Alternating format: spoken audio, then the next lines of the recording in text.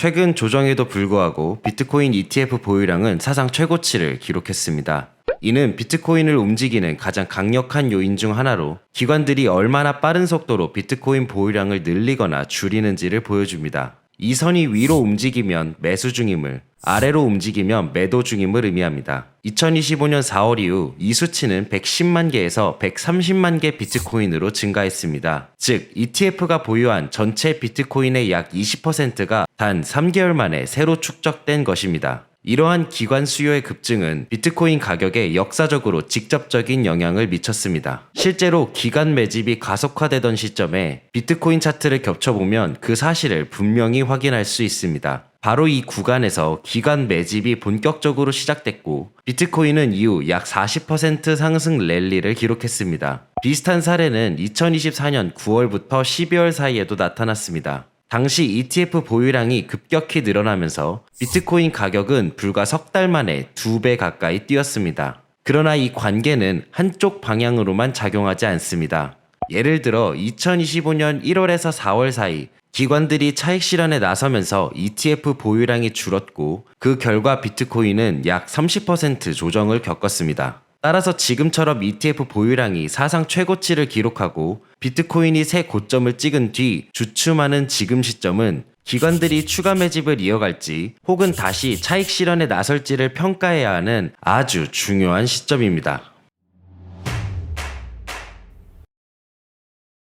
이를 더 명확하기 위해 비트코인의 주간 자금 흐름을 보면 지난 3개월 동안 200억 달러 이상이 유입되었고 대부분의 기간 동안 강한 수요가 이어졌습니다. 하지만 바로 지난주 그 흐름이 급격히 바뀌었습니다. 비트코인에서만 6만 5천 달러가 유출되며 2025년 4월 이후 가장 큰 주간 자금 유출이 발생했습니다. 이 급격한 흐름 전환은 미국 노동시장에서 벌어진 일로 설명할 수 있습니다. 노동부는 당초 5월 신규 일자리 증가를 14만 4천 개, 6월을 14만 7천 개로 발표했으나 최근 각각 1만 9천 개와 1만 4천 개로 대폭 하향 수정했습니다. 무려 25만 8천 개가 줄어든 셈으로 이는 2020년 4월 이후 가장 큰 수정치입니다. 이에 자연스럽게 경기 침체 우려가 커졌고 미국 경제 둔화 가능성에 대한 우려가 다시 불거졌습니다. 비트코인에 있어 이 점이 중요한 이유는 기관 수요가 거시경제 환경과 긴밀히 맞물려 있기 때문입니다. 경제가 견조하고 성장이 안정적일 때 기관들은 위험자산 배분의 일환으로 비트코인 보유를 늘립니다. 반대로 고용과 성장에서 약세 신호가 감지되면 매수를 줄이고 안전자산으로 이동하는 경향을 보입니다. 만약 노동시장의 부진이 이어진다면 앞으로 비트코인에서 더 큰 자금의 유출이 나타날 수도 있습니다.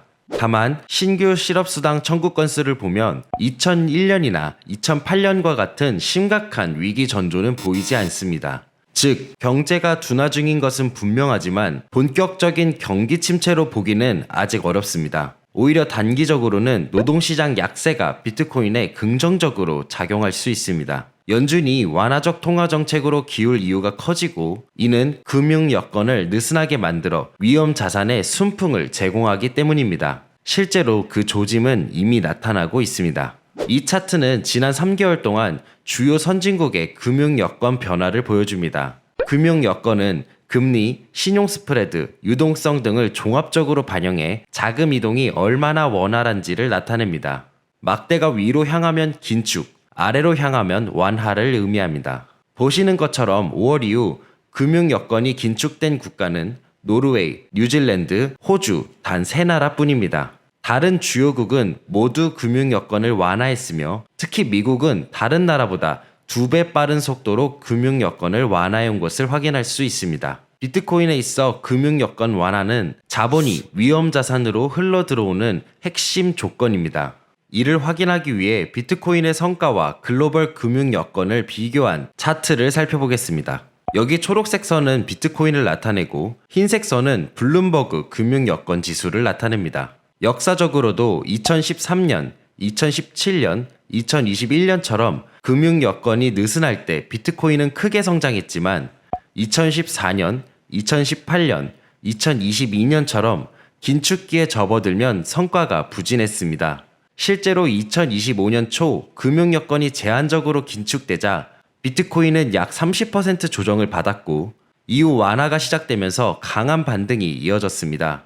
최근 나타난 노동시장의 약세는 연준의 완화적 기조를 강화시킬 수 있고 이는 금융 여건의 추가 완화로 이어질 가능성이 큽니다. 그리고 이는 기관들이 비트코인 매집을 이어갈 수 있고 재차 상승 랠리를 만들어낼 수 있는 촉매제가 될 수 있습니다. 그리고 혹시 거래 수수료 절반을 다시 환급받는 방법 아직 모르시나요? 단 5분만 투자하면 평생 수수료 돌려받는 셀퍼럴 선택이 아닌 필수입니다. 자세한 내용은 영상 더보기란을 확인해보세요. 금융 여건이 완화될 것이라는 또 다른 이유로는 글로벌 유동성이 있습니다. 이 차트는 글로벌 통화 공급의 전년 대비 변화를 보여줍니다. 선이 0 위에 있으면 글로벌 통화 공급이 확대되고 있다는 뜻인데 이때 금융 여건이 느슨해지며 비트코인 같은 위험 자산에 강력한 순풍이 불어옵니다. 비트코인 차트를 겹쳐보면 이 상관관계를 확인할 수 있는데요. 실제로 글로벌 통화 공급이 급격히 확대되던 시기마다 비트코인은 역사적 랠리를 기록해왔습니다.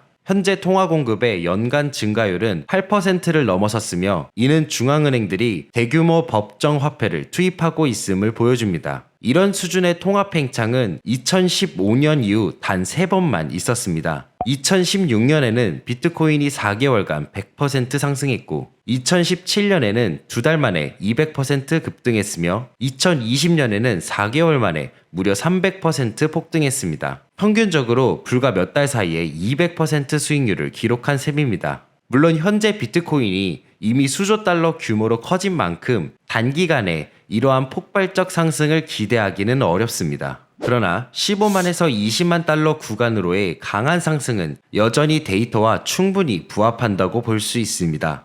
결국 기관들도 이러한 개선된 거시경제 환경을 예의주시하고 있으며 이는 앞으로 비트코인 수요 확대의 핵심 동력이 될 가능성이 높습니다. 지금 비트코인 시장의 조정으로 많은 분들이 불안함을 느끼고 계실 겁니다. 하지만 큰 흐름을 보면 이번 조정은 오히려 자연스러운 과정에 가깝습니다. 과거 강세장에서도 수차례 깊은 조정이 있었지만 그것은 결국 더 큰 상승을 위한 에너지 축적의 시간이었습니다. 아직 단기적으로 조정의 여지가 남아있긴 하지만 저는 여전히 비트코인의 강세장이 중기적으로 이어지며 큰 상승을 다시 보여줄 것이라고 생각합니다. 오늘 영상 도움이 되셨다면 구독, 좋아요 부탁드립니다. 감사합니다.